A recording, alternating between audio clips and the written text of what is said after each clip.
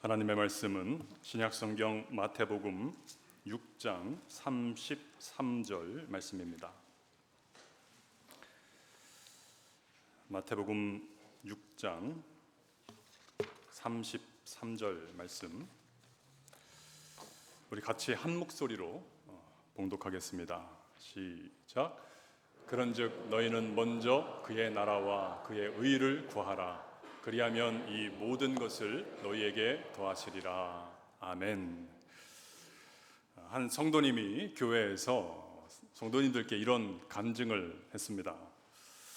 이 성도님은 한국에 있는 한 신도시 아파트 단지에 살고 있는 여자 성도님이셨는데, 딸이 어린이집에 갈 나이가 되어서 근처에 있는 어린이집을 알아보니까 그 동네에서 가장 인기가 있는 어린이집이 그 옆에 있는 교회에서 운영하는 어린이집이었습니다.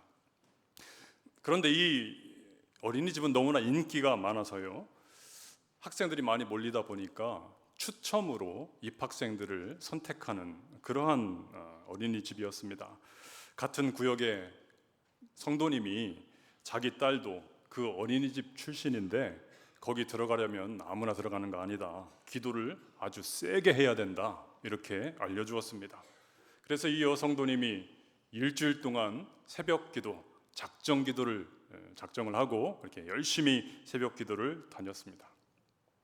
이제 추첨식 날이 되었습니다. 자리가 한 30명 뽑는 자리밖에 없는데 아이들이 100명이 넘게 그 어린이집에 온 겁니다. 어떤 집은요, 엄마 아빠도 오고 할아버지 할머니도 오고 온 친척들이 다 동원이 돼서 응원을 하러 그렇게 온 거죠. 이 집사님 성도님이, 여집 성도님이 옆을 이렇게 보니까 할머니가 자기 손주를 위해서 기도하는 것 같아요. 두 손 꼭 모으고 주여 하나님 꼭 되게 해달라고 그렇게 간절히 기도하는 모습을 보았습니다. 그 함에서 아이들 이름이 적힌 쪽지가 하나 이제 발표가 됩니다. 자기 자녀 이름이 불릴 때마다 온 가족들이 다 손뼉을 치면서 그렇게 좋아하는 거죠. 이제 마지막 한 자리가 남았습니다.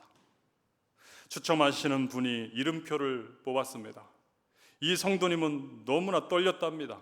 그 마지막 한 자리, 내 자녀가 되기를 간절히 기도합니다. 그리고 이제 이름이 불렸습니다. 어떻게 되었을까요? 이제 이 성도님이 간증을 하지 않았습니까? 간증이니까 어떤 일이 벌어졌을까? 다른 집 아이 이름이 불리는 겁니다. 이 성도님은 한동안 원망의 시간을 보냅니다. 일주일 동안 새벽마다 일어나서 기도를 했던 그 모든 시간들, 그리고 추첨식 그 당일에 마음 졸이면서 간절하게 하나님께 기도했던 그 시간들, 이것들을 생각하니까 하나님 너무 원망이스러운 거죠. 그러던 어느 날 이 말씀을 묵상하게 됩니다. 그리고 그동안 드렸던 당신의 그 기도가 얼마나 이기적인 기도였는가를 깨닫게 됩니다. 먼저 그의 나라와 그의 의를 구하라. 그리하면 이 모든 것을 너희에게 더하시리라. 이 말씀을 읽고서 변화가 된 거죠. 깨닫게 되었습니다. 원망했던 그 마음이 사라졌습니다. 거기에 예배당을 가득 메웠던 사람들이 모두 자기 자녀, 자기 손주의 당첨을 위해서 기도를 했을 텐데, 자리는 30자리밖에 없는데 만일 그분들이 다 크리스천들이었다면 하나님은 누구의 기도를 들어주셔야 하겠느냐라고 하는 거죠. 자기의 기도를 돌아보니까 내 자녀의 당첨을 위해서 다른 70명 아이들의 희생을 요청하는 기도를 그동안 내가 그렇게 간절히 드리고 있었구나 라고 하는 것을 깨닫게 되었다라고 하는 겁니다. 내가 참으로 어리석고 이기적인 기도를 드리고 있었구나. 비록 내 자녀가 그 어린이집에서 떨어지는 아픈 경험을 했지만 이 경험을 통해서 기도가 뭔가, 하나님이 원하시는 성도의 삶이 뭔가, 하나님이 받으시는 기도가 뭔가 하나님의 마음을 깨닫게 되었다. 그래서 감사하다라고 하면서 간증을 했다고 하는 겁니다. 이재철 목사님의 회복의 신앙이라고 하는 책에 이러한 대목이 나옵니다. 어머니가 딸을 위해서 기도를 합니다. 딸은 좋은 직장에 다니고 있습니다. 결혼도 했습니다. 그러나 사고로 그만 남편을 잃어버렸습니다. 자녀는 아직 없습니다. 엄마는 그 딸을 볼 때마다 마음이 너무 아픈 겁니다.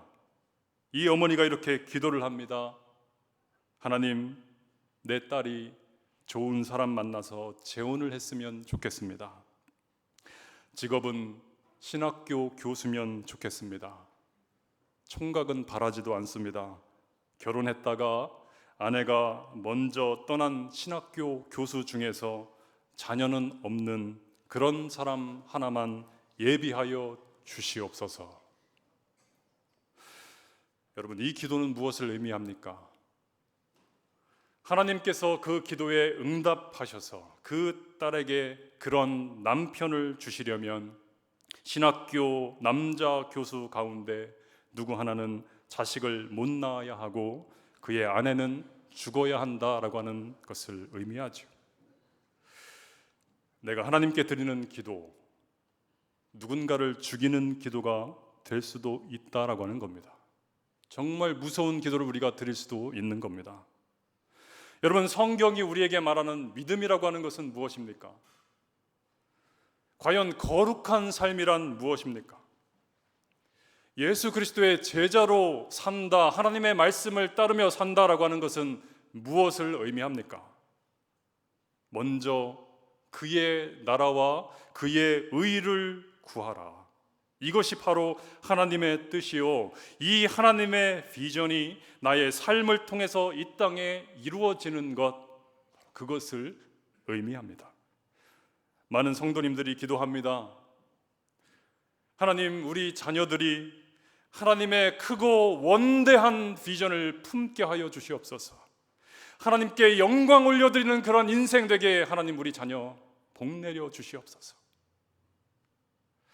그러나 여러분, 그 비전과 영광이라고 하는 그 단어 속에 담긴 혹시 우리의 본심은 이런 것 아닌가요? 하나님, 내 자녀 공부 잘하게 해주세요. 그래서 좋은 대학 가고 좋은 직장 얻고 결혼도 잘하고 성공하고 돈 많이 벌어서 하나님의 비전을 이루고 하나님께 영광 올려드리는 그러한 인생 되게 해주세요. 이런 기도가 성취될 때에 하나님의 나라도 하나님의 의도 이루어진다라고 하는 이런 수준의 믿음을 오늘 우리가 가지고 있진 않느냐라고 하는 것이죠. 운전할 때 제한 속도를 아주 잘 지키는 성도님 한 분이 계셨습니다. 그날도 이 성도님은 속도 60km에 딱 맞춰서 운전을 했습니다. 그런데 언제 생겼는지 못 보던 카메라가 한 대가 거기 있더니만 얘가 번쩍하면서 찍히는 겁니다. 이 성도님이 깜짝 놀라서 그 자동차 속도계를 보니까 정확하게 60이었습니다. 이상하다 싶어서 이 호기심 많은 성도님이 길을 다시 삥 돌아서 그 카메라 있는 곳으로 지나갑니다. 이번에는 조금 안전하게 55km로 지나갔습니다. 그랬더니 이번에도 또 카메라 플래시가 번쩍하면서 찍히는 겁니다. 고장인가 보다, 한번 내가 확인해 봐야 되겠다. 그래서 다시 길을 삥 돌아서 이번에는 더 안전하게 50km로 그곳을 달려가. 그런데 50km로 달려가는데도 그때 플래시가 번쩍하면서 카메라가 찍혔습니다. 그리고는 안심했죠. 내 잘못이 아니구나. 저 카메라가 고장이 난 것이구나. 그리고 일주일 뒤에 벌금 용지가 3장이 날라왔습니다. 이유는 안전벨트 미착용, 속도가 아니었습니다. 카메라 보고 나에게 맞춰라 할 것이 아니라 내가 카메라에 맞춰야 되지요. 하나님의 말씀을 내 마음대로 해석하는 것이 아니라 말씀에 나를 맞춰야 합니다. 하나님의 비전을 내 마음대로 끌어다가 쓰는 것이 아니라 그 비전을 위해서 나의 삶을 드려야 한다라고 하는 것이죠. 성경은 명확하게 말씀합니다.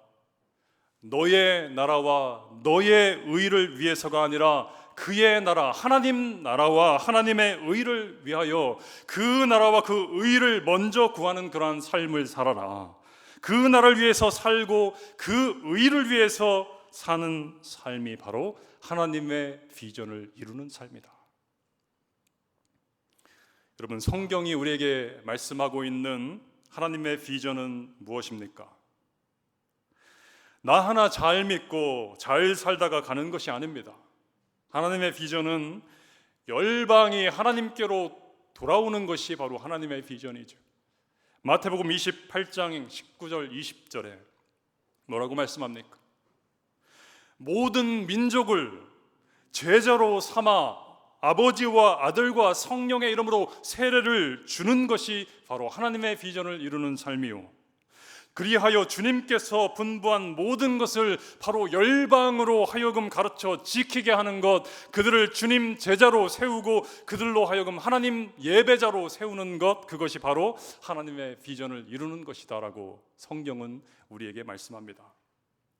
우리 그리스도인들은 어디에서 어떤 직업을 가지고 살든지 항상 우선순위, 우리들의 프라이어리티는 언제나 하나님 나라 그 의를 구하는 것이어야 합니다. 하나님은 이것을 기뻐하십니다. 간혹 이런 오해를 하는 성도님들이 계십니다. 하나님 나라와 그 의를 구하는 삶을 살기 위해서 지금 사업 잘 하고 있는데, 지금 직장 너무나 잘 다니고 있는데 다 때려치우고 신학교로 갑니다. 목사가 되고 선교사가 되어야지만 하나님 나라와 그 의를 구하는 삶이다라고 생각하면서 살아간다라고 하는 것이죠. 아닙니다. 하나님 우리에게 원하시는 하나님 나라와 의를 구하는 삶은 그런 것이 아니라고 하는 것이죠. 하나님께서는 우리들에게 각자에게 달란트를 주셨습니다. 각자에게 각양각종의 일터 또한 직업을 허락하여 주셨습니다. 하나님이 여러분을 바로 그곳으로 보내신 것입니다. 하나님께서 여러분을 그곳으로 파송하신 것입니다. 어떤 성도님에게 그 파송지, 즉 선교지는 가게일 수 있습니다. 어떤 성도님에게 선교지는 사무실일 수 있고요, 어떤 성도님에게 선교지는 연구실일 수 있고 학교일 수 있고 병원일 수 있고 공사 현장일 수 있습니다. 모든 우리들의 일터가 하나님 보내신 선교지다라고 하는 것이죠. 우리가 바로 그곳에서 한 사람의 예수 그리스도의 제자로서 삶을 살아갈 때에 주님의 이 선한 영향력이 우리들을 통해서 그곳에 확산되어질 때에 하나님의 나라와 그 의가 바로 그곳에 세워진다라고 하는 것이죠. 존 웨슬리 당시에 속해 있던 영국 성공의 앵글리칸 처치에 헌법 중에 하나가 이런 것이 있었습니다. 목사는 오직 자기가 맡은 교구 그 예배당 안에서만 설교하고 말씀을 전할 수 있다. 이것이 헌법이었습니다. 존 웨슬리 목사님이 이 헌법 어기고 거리에 나가서 복음을 전합니다. 다른 교구에 가서 복음을 전합니다. 복음을 듣고 싶으면 그 교회당 예배당 안으로 오십시오. 이것이 헌법이었는데 이 헌법을 깨버린 것입니다. 그리고 한 말씀이 저겁니다. The world is my parish. 세계는 나의 교구다. The world is my parish. 나는 어디를 가든지 어느 곳에 있든지 복음 듣기 원하는 사람이 있는 곳으로 갈 것이며 그곳에서 예수 그리스도를 전하겠다. 그 의미가 함축되어 있는 말입니다. The world is my parish. 정말 전도를 잘하기로 소문난 의사 선생님이 한 분 계셨습니다. 명의로 소문난 실력가입니다. 신앙도 너무나 좋은 분입니다. 이분의 진료실에 들어가면 벽에는 정면에 십자가가 딱 붙어 있고요, 책상 위에는 성경책이 딱 놓여 있습니다. 상담하기 전에 또 수술 받으러 온 그 환자분들 상담해 주면서 그들의 종교가 무엇이든 이렇게 말한다고 합니다. 저는 예수 믿는 사람인데 당신을 위해서 내가 기도해도 되겠냐고. 그러면 대부분은 그냥 다 기도를 해달라고 한답니다. 기도를 해줍니다. 그리고 수술을 마치면 회복을 위해서 또 환자 손을 붙잡고 기도를 해줍니다. 그러면서 이 의사 선생님이 자연스럽게 예수 그리스도 그 복음을 전한다라고 하는 거지요. 이분을 통해서 수많은 사람들이 복음을 듣고 예수님을 믿게 되었답니다. 그런데 여러분, 이런 경우도 한번 생각해 보세요. 어떤 의사 선생님이 또 한 분 계신데 이분도 아주 전도 정신으로 투철한 분이십니다. 오는 환자마다 두 손을 꼭 잡고 기도합니다. 예수 믿게 하여 주시옵소서, 고쳐 주시옵소서. 그런데 수술을 다 마치고 배를 다 닫았습니다. 다음 날 잘 됐나 엑스레이를 찍어보니까 뱃속에 수술용 칼이 들어있고 가위가 들어있고 막 그럽니다. 수술 다 마치고 꿰매고 다음 날 보니까 옆구리 터지고 피가 철철 흐릅니다. 이 의사 선생님이 환자 손을 붙잡고 하나님 고쳐 주시옵소서, 예수 믿게 하여 주시옵소서 기도하는 사람이 있다고 한번 상상해 보십시오. 과일 가게에서 과일 한 박스 사려고 다 고르다가 윤기가 잘잘 흐르는 과일이 있어서 한 박스 샀습니다. 집에 와서 냉장고에 신선실에 하나 담아 넣을 것 아닙니까? 그런데 맨 윗줄에 그 과일들을 다 넣고 보니까 그 윗줄은 극상품인데 그 밑으로는 찌그러져 있고 어떤 것은 멍들어 있고 그 밑에는 썩어가고 있습니다. 곰팡이가 나고 있습니다. 그런데 그 가게 주인이 어디 교회 다니는 예수 믿는 사람이더라. 이 손님은 다른 사람들이 열심히 전도해서 거의 교회 가려고 그렇게 마음 먹고 있었는데 그 가게 주인 만나서 전도가 백도가 됐습니다. 백도가 뭔지 모르시나 봐요. 말짱 도루묵이 됐다 그런 의미입니다. 제가 목사로서 정말 듣기 싫지만 정곡을 찌르는 말이어서 할 말이 없게 만드는 그런 말이 있습니다. 교회 다니는 사람들은 물에 빠지면 입만 둥둥 뜰 것이다 라고 하는 말입니다. 이런 말도 있습니다. 예수 믿는 사람들이 더 하더라. 여러분, 입으로 복음 전하는 것과 함께 반드시 동반되어야 할 것이 있죠. 전도와 선교의 필수 요소가 있습니다. 나의 삶을 통해서, 나의 언행을 통해서 하나님의 나라와 그 의를 내가 사는 그곳에, 내가 만나는 그 사람들에게 삶으로 보여주는 것입니다. 조선 말기에 한 마부가 있었습니다.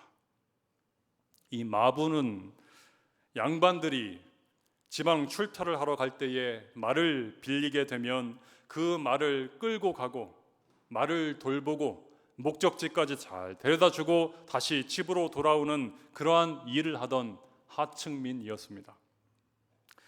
그런데 이 마부가 복음을 듣고 예수님을 믿게 되었습니다. 그래서 열심히 예수 그리스도 그 복음을 사람들에게 전합니다. 말 빌리러 또 타러 온 그 손님들에게 예수님을 전합니다. 하루는요, 왕족이 이 손님으로 왔는데 한양에서 충주까지 가는 길이었습니다. 이번에도 복음을 전하기 위해서 그 다른 어떤 손님들 극진하게 모셨듯이 이 손님에게도 지극 정성으로 모십니다. 그리고는 기회를 엿보던 어느 날 드디어 복음을 전합니다. 나리도 이참에 예수님 한번 믿어보시지요. 예수님 믿으면 나리도 죄사함을 받고 영생을 얻을 수 있습니다. 그러자 이 왕족이 건방진 소리 하지 말라며 말이나 잘 모르라며 쏘아 붙였습니다.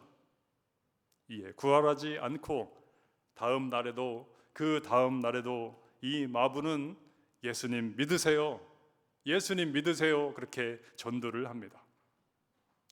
이 왕족은 어이가 없다는 듯이 그 말 위에 앉아서 마부를 내려다보면서 야 이놈아, 내까지 종놈이 예수 잘 믿으면 누가 양반이라도 시켜준다더냐, 이렇게 말을 합니다.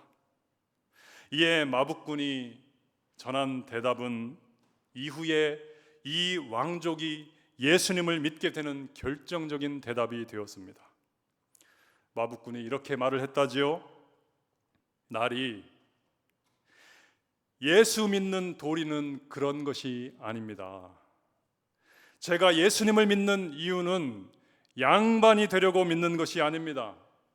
지금보다 더 좋은 마부가 되어서 나리와 같은 사람을 더 잘 모시려고 예수님을 믿는 것입니다. 이 마부는 이후에 승동교회의 엄귀연 영수, 오늘날로 치면 장로님이 되셨고요. 이 엄귀연 장로님의 전도를 받았던 그 왕족, 이후에 예수를 믿게 되었고 안수를 받고 승동교회의 7대 담임 목사로 섬겼던 이재형 목사님이셨습니다. 주님은 우리를 향해서 너희는 세상의 빛이라, 세상의 소금이라 라고 말씀하십니다. 우리 삶의 주 무대는 이곳 예배당 안이 아니라 이 세상입니다. 하나님 나라와 의를 구하면서 그 나라를 확장시키고 그 의를 심어야 할 곳, 바로 세상, 여러분의 가정이고 여러분의 일터이고 여러분의 직장입니다. 하나님, 내 자식 양반되게 해주십시오. 내 자식 저 좋은 유치원 꼭 들어가게 해주십시오.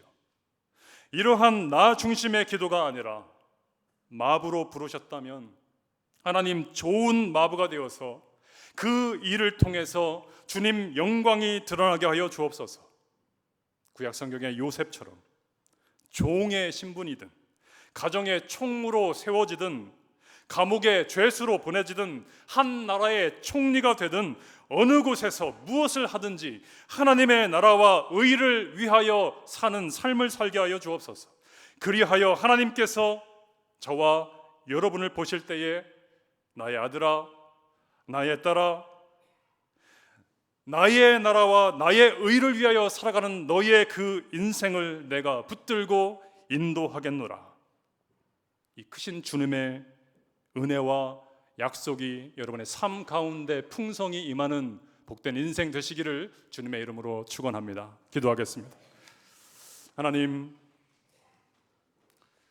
지금까지 가져왔던 모든 이기적인 생각들, 이기적인 마음들, 이기적인 기도의 제목들 다 내려놓고 이제는 예수님의 제자로서, 사랑받는 주님의 아들이요 딸로서 먼저 하나님의 나라와 하나님의 의를 구하는 복된 주님의 백성들의 삶이 될 수 있도록 주님 인도하여 주시옵소서. 감사합니다. 예수님의 이름으로 기도하옵나이다. 아멘.